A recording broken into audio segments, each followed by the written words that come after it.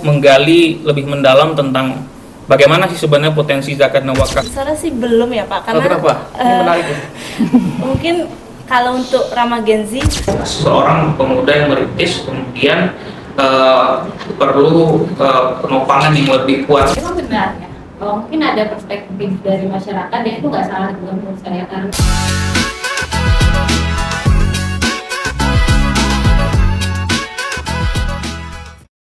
Di antara permasalahan yang ada di Gen Z sekarang adalah keterbatasan di dalam membangun bisnis, mulai dari persoalan pemodalan, asistensi, kemudian bagaimana mendampingi sehingga Gen Z ini bisa maju dan tumbuh sebagai seorang pebisnis pemula yang kemudian masuk kepada tahap yang lebih matang. Kalau kita lihat selama ini dukungan pemerintah seakan terbatas dan tidak menunjukkan totalitas dalam memberikan dukungan kepada Gen Z. Nah, persoalan yang kemudian muncul adalah kita selalu menekankan Gen Z ini untuk lebih kreatif dan inovatif dalam membangun bisnis, namun kemudian terhambat ataupun bertemu dengan sebuah kendala ketika dukungan itu tidak maksimal diberikan. Nah, sekarang kita memiliki semacam gagasan ataupun media yang barangkali bisa kita maksimalkan untuk memberikan dukungan kepada Gen Z ini. Kita kembali kepada aspek filantropi Islam, di mana salah satu bagian utama yang menjadi dukungan itu adalah aspek zakat dan wakaf. Nah, ini kita perlu membahasnya lebih mendalam karena apa? Pertama, kita berada di lingkungan Universitas Islam dan kemudian koneksi kita dengan masyarakat ataupun komunitas muslim ini selama ini belum mencapai sesuatu yang maksimal. Nah, pada kesempatan kali ini kita akan berdiskusi mengenai bagaimana potensi dari zakat dan wakaf ini untuk mengembangkan bisnis. Yang dalam kali ini juga hadir bersama kita ada Ibu Liadana Arifah, seorang dosen ekonomi Islam. Beliau juga termasuk yang concern dalam meneliti berhubungan dengan sustainability dan baru-baru ini cukup aktif dalam meneliti tentang wakaf dan zakat, terutama dengan energi terbarukan dan hubungannya juga dengan pengembangan masyarakat. Dan bersama kita juga ada Sarah, salah satu bagian dari Gen Z yang kemudian menjadi titik penyemangat kita untuk mengembangkan bisnis ini. Nah, untuk pertama ini mungkin saya akan awali terlebih dahulu menggali lebih mendalam tentang bagaimana sih sebenarnya potensi zakat dan wakaf ini untuk mengembangkan kewirausahaan di Gen Z ini kepada Bu Lidiana. Berarti Bu, bagaimana?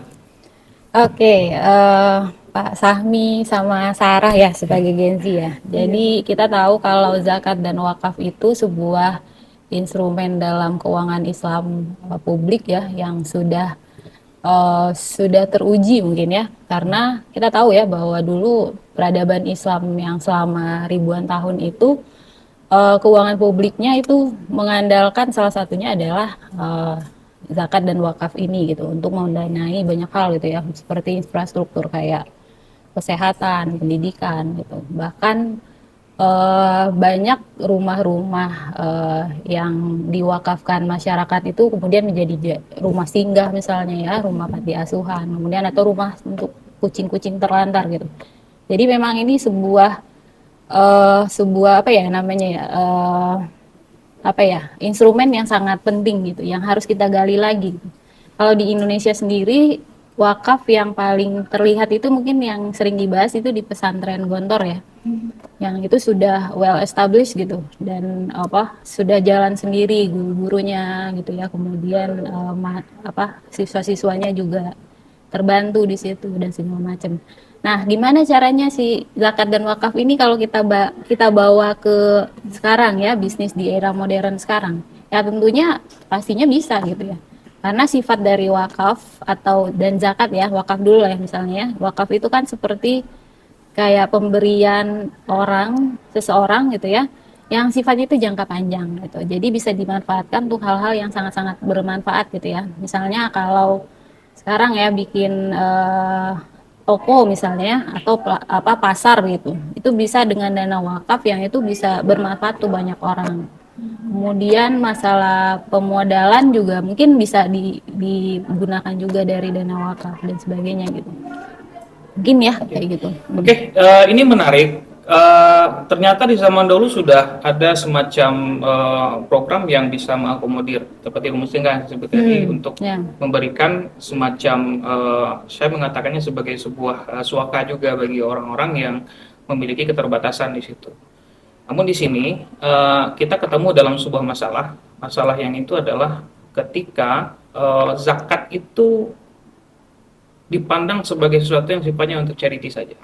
Seperti untuk membantu orang miskin, fakir miskin ya, oke. Kemudian hal yang sifatnya terkadang yang berhubungan yang produktif dan bahkan memberikan permodalan kepada Gen Z mungkin saya mengatakannya sebagai sesuatu yang tabu di tengah masyarakat kita. Itu bagaimana pandangan Bu Lydia ketika menghadapi permasalahan itu menemukan persepsi masyarakat, soalnya kesadaran masyarakat untuk membantu Gen Z, kemudian Gen Z pun sadar bahwasanya zakat bisa diambil sebagai sumber kekuatan bagi mereka untuk tumbuh.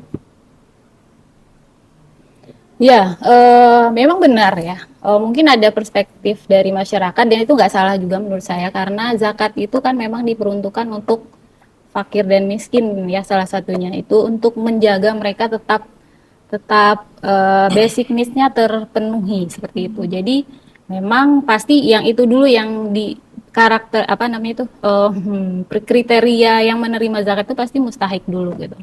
Mustahik. Jadi memang benar dan akan diarahkan ke sana gitu untuk menjaga si mustahik ini tetap kebutuhan dasarnya terpenuhi gitu ya supaya dia tetap kenyang sehingga dia bisa beribadah dengan tenang gitu seperti itu. Nah, tapi kemudian ketika basic needs itu sudah terpenuhi ya tidak ada salahnya ya kemudian kita maju lagi untuk menjaga si mustahik ini memberdayakan mustahik ini supaya dia bisa berkembang ya, bisa berkembang. Dia tidak hanya sebagai dia tidak akan menjadi mustahik dalam jangka waktu yang lama gitu ya. Bagaimana caranya supaya dia punya program gitu untuk mengeluarkan dirinya sendiri gitu ya untuk menjadi mungkin ya muzaki di masa yang akan datang dengan pemodalan gitu ya. Kenapa enggak kayak gitu? Seharusnya mungkin ketika kita menyalurkan zakat itu kepada mustahik kita ada program yang seperti itu ya ketika sudah terpenuhi basic needs-nya ya kita akan maju gitu untuk. Oke, ini menarik. Nah, saya mau ke Sarah sekarang. Ya, Oke. Sarah memang sebagai bagian dari Gen Z, kita kan di UKM Entrepreneurship ini memiliki salah satu kegiatan Babelo Shop dan kemudian kita juga menjanjikan kepada mahasiswa bahwasanya kalau Anda mau berkreasi di sini ada semacam jaminan. Nah, sementara kemarin ada yang bertanya, Pak, bagaimana permodalan menurut Sarah keinginan yang dimiliki oleh Sarah untuk berkembang melalui skema ini? Mungkin kalau menurut saya Pak, untuk dari zakat dan wakaf itu seperti yang dijelaskan Ibu tadi, bagaimana kalau zakat wakaf itu sebenarnya dari dulu tuh hanya untuk Pak, membantu fakir miskin dalam kehidupannya sehari-hari. Tapi kalau menurut Sarah Gen Z sekarang Sarah pernah baca tuh Pak yang Basnas itu dapat mengumpulkan dalam tahun 2024 kemarin itu sekitar 1 triliun untuk itu. Sebenarnya itu bisa lebih dimanfaatkan lagi untuk pemberdayaan seperti permodalan tadi kan Pak. Nah, jika dibaurkan ke UKM, kalau menurut Sarah kita bisa berkolaborasi dengan Basnas dan juga nggak di Babelo Shop ini nggak hanya di fakultas saja atau di universitas saja, tapi bisa ke masyarakat lain, Pak. Jadi kita juga bisa membantu masyarakat sekitar dalam hal itu. Jadi kita bisa berkolaborasi dengan Basnas untuk permodalan itu. Oke, ini menarik. Berarti kita ada kolaborasi dengan Basnas. Berarti kita ada semacam pemikiran bahwasanya ada pembangunan sebuah ekosistem. Ekosistem dalam artian kita di kampus akhirnya terintegrasi dengan Basnas. Selama ini kita sudah bekerja sama dengan Basnas, tapi bantuan Basnas itu masih sebatas beasiswa. Iya, Pak.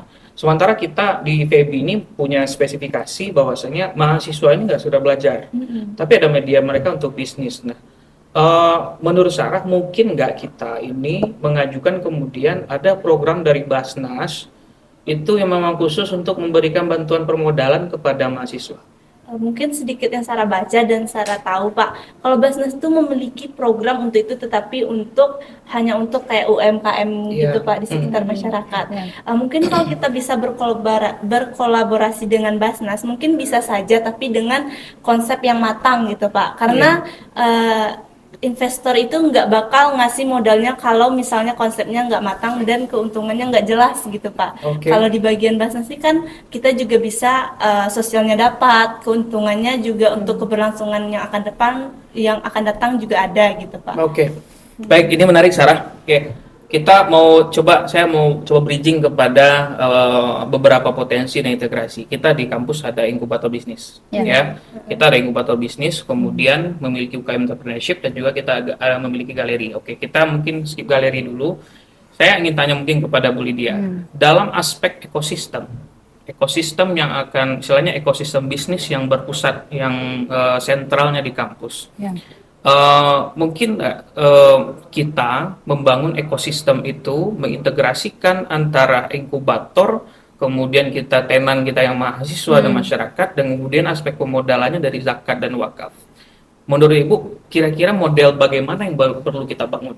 Ya, menarik ya model integrasi ekosistem ini. Kalau saya pikir kenapa enggak gitu? Karena di inkubator itu kan nanti ada bagian keuangan, kemudian ada bagian pelatihan gitu ya. Jadi memang kita bersama tenan-tenan itu kita nggak tinggalkan mereka sendiri gitu ya, kasih modal ya udah selesai gitu. Tapi kita pantau gitu, kemudian kita kasih pelatihan kalau misalnya mereka punya kesulitan gitu. Jadi menurut saya sih itu sangat-sangat menarik gitu idenya gitu ya. Itu bisa sangat dilakukan gitu. Jadi kita harus punya, ya itu tadi sih, kita punya pembicaraan dulu yang matang lah dengan Basnas gitu ya. Masalah kriteria si tenan yang akan kita modali gitu ya, itu seperti apa. Kemudian jangan sampai itu keluar dari jalurnya Basnas ya seperti ya harus mustahik gitu ya atau segala macam ya. Nah kemudian skema pengembaliannya nanti seperti apa gitu. Kemudian kita bisa kalau misalnya itu sudah oke ya, itu menurut saya bisa banget gitu ya. Jadi si Basnas kerjasama dengan inkubator memberikan pemodalan kepada tenan-tenan yaitu mahasiswa di situ. Saya mungkin ada mengambil poin pengembalian di sana. Kalau berbicara pengembalian, kita kan melihat skema investasi. Investasi tentu ada ukuran berapa returnnya, kemudian bagaimana dalam jangka waktu berapa pengembalian. Nah, sementara kita kalau menggunakan skema filantropi, apakah itu zakat dan wakaf, menurut Ibu itu kan zakat dan wakaf selama ini kita ketahui bacanya setelah diberikan lepas. Sementara kita mengharapkan dampak yang jangka panjang. Sementara kalau skema investasi jelas ini. Nah, sementara kalau zakat dan wakaf ini setelah diberikan, bagaimana kita menjamin program ini betul-betul bermanfaat secara inklusif, sementara kita nggak ada poin ya untuk mengendalikan ini mau dikembalikan berapa dan tahun berapa. Bagaimana? Nah, saya sebenarnya kenapa saya bilang pengembalian itu ya, karena kita kebiasaan nih. Misalnya kalau misalnya ada bantuan itu tidak ketika modalnya itu dibantu, jadinya bisnisnya tuh jadi kurang semangat, kurang profesional gitu biasanya gitu ya. Nah itu mungkin itu juga jadi bahan kajian si inkubator juga ya, gimana nih supaya dikasih bantuan tapi mereka nggak ya udah gitu ya dagang seadanya gitu ya, karena toh nggak ada ruginya gitu ya kayak gitu. Nah makanya mungkin perlu dibuat skemanya itu jangan kasih selesai gitu, jadi semacam pinjaman dulu gitu ya. Nah nggak tahu lah tuh gimana caranya gitu, dari dana zakat itu jangan kita habiskan semuanya buat bantuan gitu ya, seperti itu. Mungkin bisa kita kelola di inkubatornya ya, di inkubator bisa dikelola, jadi ada pengembalian gitu ya. Jadi supaya itu aja ya, supaya menjaga si bisnisnya itu bisa lebih, si tenan-tenan ini nggak terkesan tidak semangat gitu ya bisnisnya, karena dia ngerasa nothing tulus gitu ya karena dari bantuan. Jadi harus ada itunya juga gitu, harus ada kasih insentif supaya mereka bisa lebih profesional gitu. Menurut saya sih, tapi nggak tahu. Oke, sebelum kita lanjut lebih jauh, Hmm. kalau zakat itu penyalurannya tentu tertumpu kepada usaha. Iya. Kita Islam yang 8 gitu kan. Oke. Nah, sebenarnya kalau pebisnis yang Gen Z ini di asnaf yang di 8 ini di posisi mana letaknya? Fisabilillah mungkin kali ya. Mengapa bisa pilih? Karena dia ini ya, Pelajar. pelajar ya, Oke. thalabul ilmi gitu, sedang menuntut ilmu gitu. Atau kalau ke fakir miskin juga pasti banyak gitu ya mahasiswa kita yang masuk kategori situ juga oke. gitu. Mungkin ada juga yang Oke, sekarang saya mau tanya ke Sarah lagi. Nah, sekarang kalau sebagai mahasiswa Gen Z, yang menjadi persoalan itu kan ketika ada kemauan tentu ada sesuatu yang mendorong. Iya. Nah, sekarang kan ada nama startup.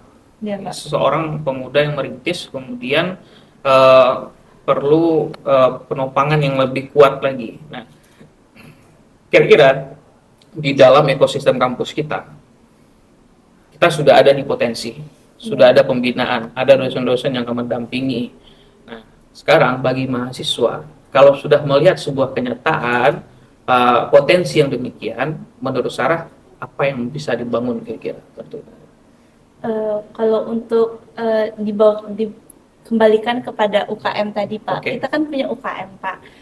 Kalau bisa berkolaborasi dengan seperti yang kayak tadi gitu, Pak, yang dijelaskan Bapak sama Ibu tadi, udah ada pendampingan juga, mungkin bisa kita membangun ya yang saya kasih tahu tadi, Pak. Karena di sekitaran kita juga banyak event-event, Pak. Oke. Kayak event-event dari negari, event-event dari kabupaten, itu kita bisa juga lebih tangkap lagi tentang event-event itu. Jadi kita Babel Workshop ini lebih dioptimalkan lagi, Pak. Oke. Supaya bisa hadir di setiap event-event itu, dan juga itu juga dapat untuk meningkatkan keuntungan tentunya, dan juga membantu masyarakat sekitar yang sebagai apa sih namanya, Pak, yang menitipkan barang ke kita tuh jadi tetap menitipkan barang karena adanya keuntungan terus dari kita gitu. Jadi dia tuh juga nggak selalu di titik yang seperti Ibu jelaskan, fakir miskin yang kayak penjualannya yang kayak ya udahlah jualan aja gitu kan, Bu. Jadi dia ada juga kenaikan terus, Pak. Oke. Nah, berarti kita memang harus mengoptimalkan di dalam. Oke. Sekarang harapan Sarah. Ada lembaga di luar kampus, itu Basnas ataupun nanti ada BWI misalnya di bidang wakaf itu. Dari pengamatan Sarah selama ini, rangkulan mereka terhadap Gen Z itu sejauh apa? Apakah ada merangkul langsung atau rangkulan itu sifatnya masih jauh dari Gen Z? Saya mengatakan kurang ramah Gen Z. Apakah Basnas kita sudah ramah Gen Z? Kalau menurut saya sih belum ya, Pak, karena kenapa? Ini menarik ya. mungkin kalau untuk ramah Gen Z belum, Pak, karena kalau yang saya lihat kayak Basnas itu hanya sekedar ya kalau untuk Gen Z itu mungkin sekedar untuk beasiswa aja, belum ada yang untuk pendalaman lagi kayak yang membantu tadi gitu, Pak, yang usaha-usaha gitu, belum ada pemodalan. Mungkin untuk masyarakat sekitar aja gitu, Pak, belum dengan mahasiswa, belum ada program dengan mahasiswa atau Gen Z yang ada di sekitar gitu, Pak. Atau mungkin di Basnas sekarang belum ada semacam tenaga ahli atau komisariatnya yang dari kalangan milenial atau Gen Z? Kayaknya belum Belum sih, ya, Pak. oke. Karena saya amati juga di Basnas itu kalau saya lihat komponen komisariatnya kan rata-rata umur 40 tahun ke atas gitu. Yang kadang saya mau pendapatnya yang disasar oleh Basnas itu adalah bagaimana yang sifatnya ya yang parah lah gitu, orang miskin, ataupun membantu UMKM di pasar misalnya, itu pun sifatnya terbatas dan belum ketemu yang berkelanjutannya. Iya. Oke. Nah, saya menarik juga nih Bu Lydia. Nih kayak yang Basnas ramah Gen Z ini ya, kayak Basnas ramah Gen Z ini kan kalau kita kedepankan sebuah gagasan bahwasanya Gen Z ini merupakan salah satu segmen masyarakat yang sifatnya produktif. Yang kalau kita kaitkan dengan visinya pemimpin sekarang yang namanya Indonesia Emas 2045 itu memang tertumpu kepada anak kita yang sekarang ini yang Gen Z ini. Nah, sementara yang aspek filantropi yang berpotensi besar untuk mengembangkan itu menurut Sarah tadi dan mungkin dirasakan oleh beberapa teman-teman Gen Z belum ramah Gen Z. Dan bahkan mereka mau dapat beasiswa pun ada semacam kompetisi yang mereka pun kadang kenapa saya nggak dapat gitu kan, teman saya dapat terus gitu. Nah, kayak menurut Ibu sekarang bagaimana seharusnya Gen Z ini? Apakah sudah inklusif atau sudah ramah Gen Z gitu? Ya, agak serem ya kalau di komisariatnya 40 tahun ke atas. Jadi kita kayak kalau bisa ada yang muda di situ gitu ya, supaya bisa mungkin masuk gitu ide-ide segarnya gitu, mungkin gitu ya. Menurut saya mungkin ya itu yang dirasakan teman-teman di Gen Z di mahasiswa sekarang ya.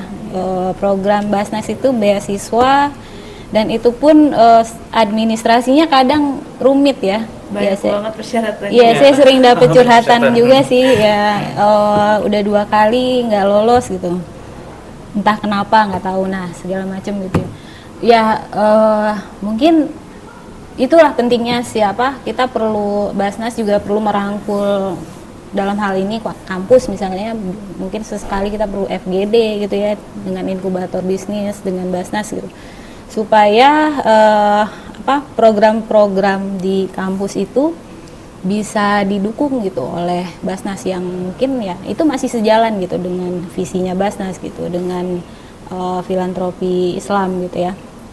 Nah seperti itu, mungkin itu yang kalau untuk komisariatnya harus ada anak muda mungkin agak susah ya. Jadi kalau saya sih lebih mengusulkannya ini FGD aja dulu gitu. Kita sering-sering FGD dengan kampus gitu. Atau memang ada semacam aturan baku kalau yang komisariat itu memang bisa harus jadi. bisa jadi.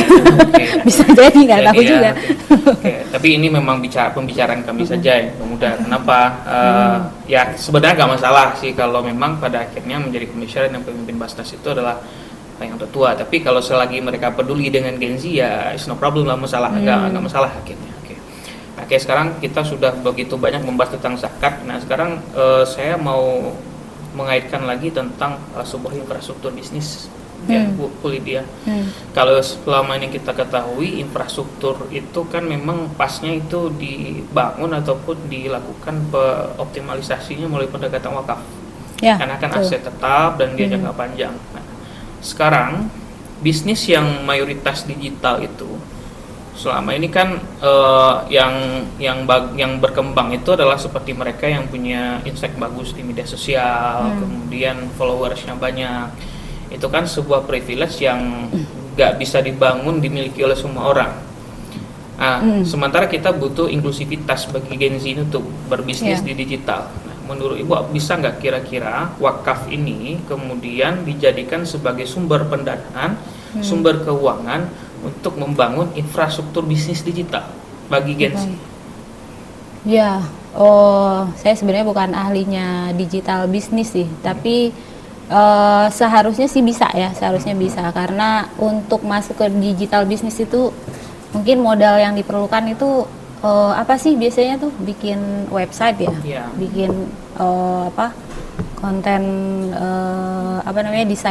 desain grafis ya, segala macam. Marketplace-nya. Ya, seharusnya bisa sih ya, mungkin dengan membuat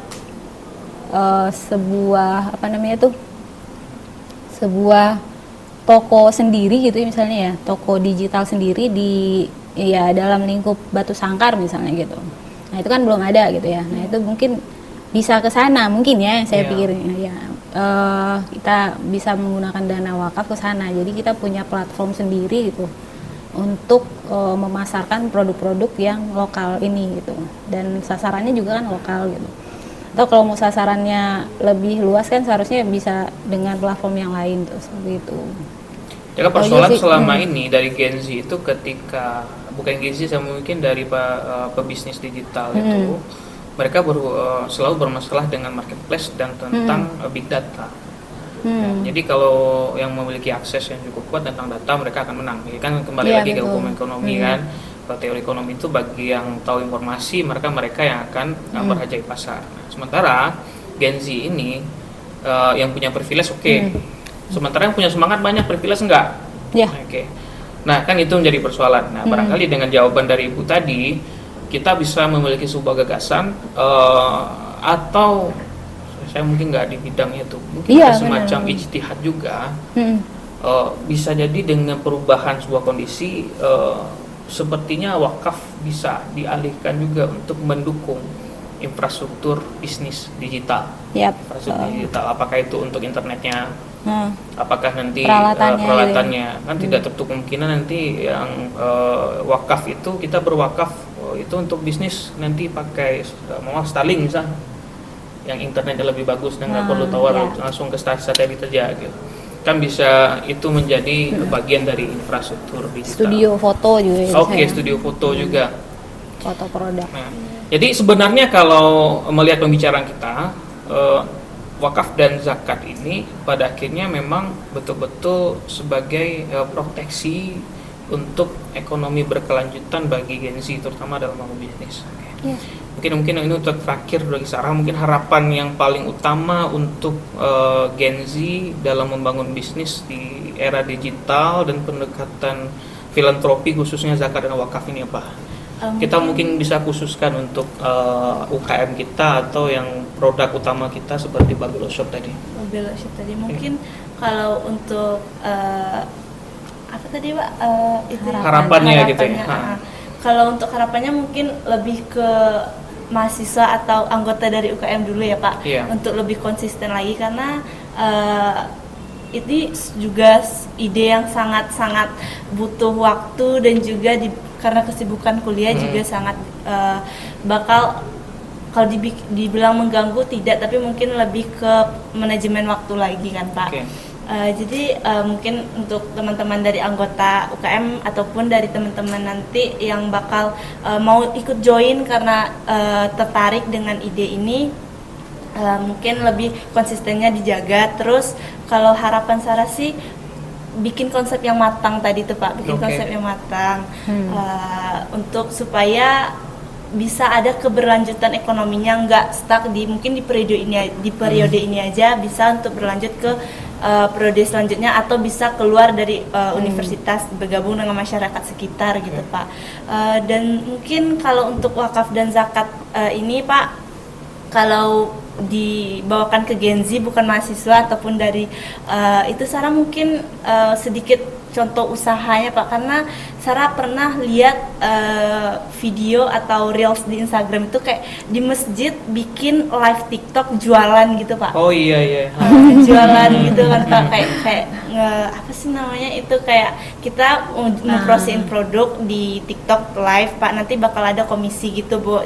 Karena nengok bikinnya tuh kayak di masjid, tapi kalau misalnya ada wakaf, kayak misalnya wakaf ini kan nggak harus bangunan Iya, atau betul. bisa juga uang atau Ini apapun maksudnya Bu. di dalam masjid apa di Ada luarnya gitu? kayak mungkin di luarnya Di luarnya. ada Di nggak dalam di dalam nggak ruangan, boleh. nggak boleh kan Bu. Kayak ada Iya. ruangan gitu Bu. Iya. Itu kan di masjid. Kalau di sini mungkin bisa disediakan tempatnya gitu, kayak di rumah-rumah gitu Iya. Bu. Tapi promosinya itu dikasih pembimbingan lagi kepada Gen Z, bagaimana caranya sebagai host live yang baik dan Islami gitu Iya, ya iya, Bu. betul, Karena betul. kita juga kita tetap memakai Islaminya gitu Bu, gitu Pak sih, gitu sih Pak. Oke. Oke, Mama betul itu. Beberapa masjid juga sekarang udah seperti Masjid Pemuda itu ya, yang memberikan fasilitas khusus untuk Gen Z. Ya diberi fasilitas internet gratis ya. Ini kan Iya. Gen Z itu kan butuh internet gratis cepat gitu kan. Gitu, Pak. Benar Pak. Oke, mungkin dari Bu Lid ya. Ini ya. khusus.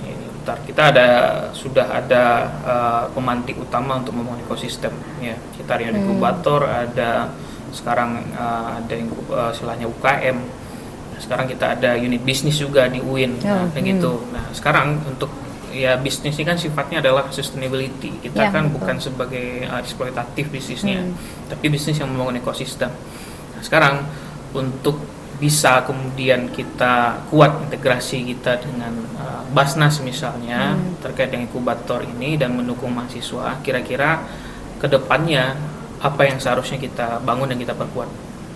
Ya, kedepannya untuk inkubator bisnis menurut saya memang kita perlu perencanaan yang matang tentang program-program kita di bidang digital bisnis, juga di bidang unit-unit untuk program-program kita untuk tenan-tenan mahasiswa ini gitu ya.